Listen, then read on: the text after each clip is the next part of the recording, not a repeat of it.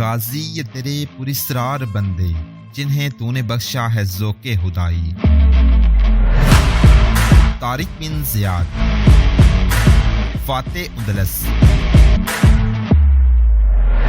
عالم اسلام کا ایک درخشاں ستارہ۔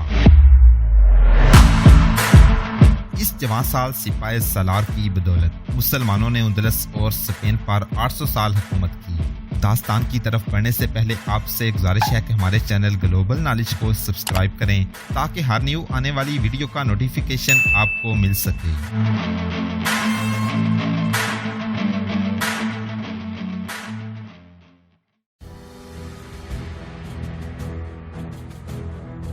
ستانوے ہجری 715 عیسوی مکہ معظمہ میں انسانوں کا اتنا گھنا ہجوم تھا کہ سانپ بھی رینگ کر نہیں گزر سکتا تھا۔ شہر کے اندر اور باہر، گلیوں اور بازاروں میں انسانوں کا سمندر موجیں مار رہا تھا۔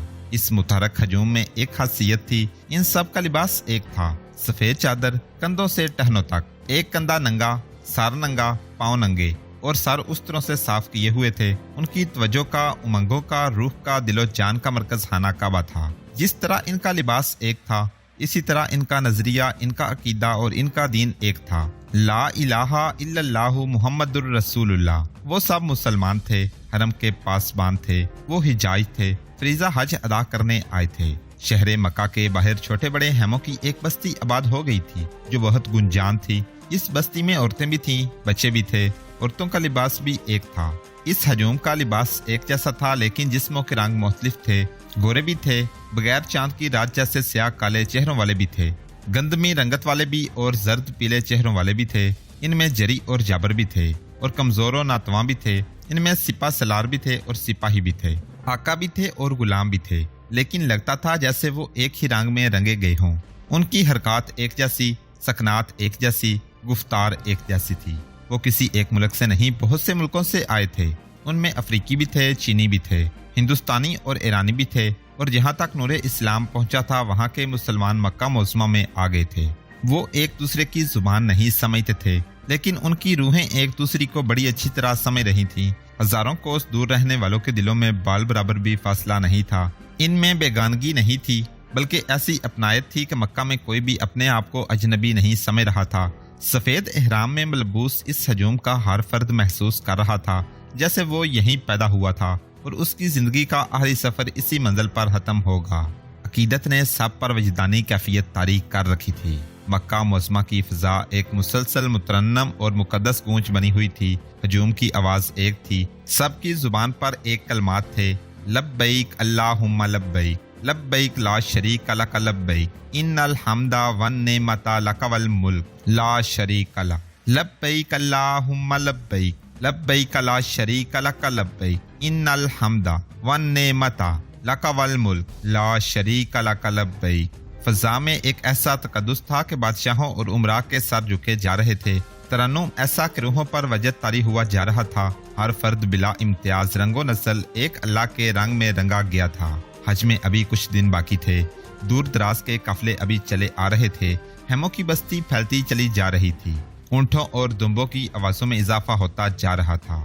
اس ہجوم میں کچھ لوگ بیٹھے ہوئے تھے، کوئی یہاں کوئی وہاں۔ ان کا ایک ایک ہاتھ آگے کو پھیلا ہوا تھا، بعض نے اپنے آگے ایک ایک کپڑا بچھا رکھا تھا اور بعض کے ہاتھوں میں کشکول تھے۔ یہ بھکاری تھے، ان میں کچھ تو معذور تھے اور باقی صحراؤں میں زندگی بسر کرنے والے بدھو تھے۔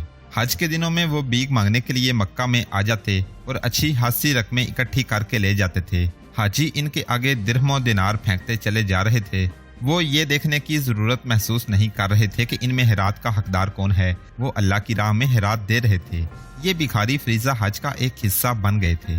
ان بھکاریوں میں ایک بھکاری کا اضافہ ہو گیا جو کسی حاجی نے محسوس نہ کیا، محسوس کرنے کی ضرورت ہی کیا تھی۔ وہ ان بھکاریوں جیسا ہی ایک بھکاری تھا جو پہلے سے یہاں موجود تھے۔ اس نئے بھکاری میں کوئی خاص بات نہیں تھی، وہ انہی جیسا تھا، کپڑے پھٹے ہوئے، ہاتھوں اور چہروں پر میل جمی ہوئی، داڑھی پر ریت کے ذرے چمک رہے تھے۔ اگر اس میں کوئی خصوصیت تھی تو یہ تھی کہ وہ تمام بھکاریوں میں سب سے زیادہ بوڑھا اور نحیف تھا اور وہ اپنے پاؤں پر زیادہ دیر کھڑا رہنے کے قابل نہیں تھا۔ ایک خصوصیت اور تھی جس وجہ سے لوگ اسے ذرا غور سے دیکھتے تھے، وہ یہ تھی کہ اس کے پاؤں میں بیڑیاں پڑی ہوئی تھیں جس سے پتہ چلتا تھا کہ یہ قیدی ہے اور اس پر خاص کرم کیا گیا ہے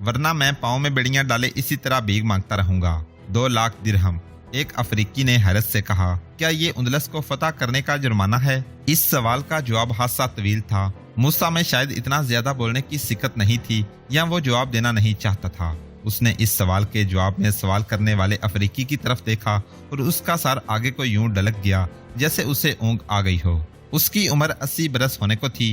عمر کے کم و بیش 60 برس میدان جنگ میں لڑتے، کوچ کرتے اور ہیموں میں رہتے گزرے تھے۔ وہ کئی مارکوں میں زخمی ہوا تھا۔ اس کے جسم کا کوئی ایسا حصہ نہ تھا جس پر زخم کا نشان نہ ہو۔ اس کا زخم خوردہ وجود چلتی پھرتی تاریخ تھا، اسلام کی عسکری تاریخ۔ وہ عالم اور فاضل بھی تھا۔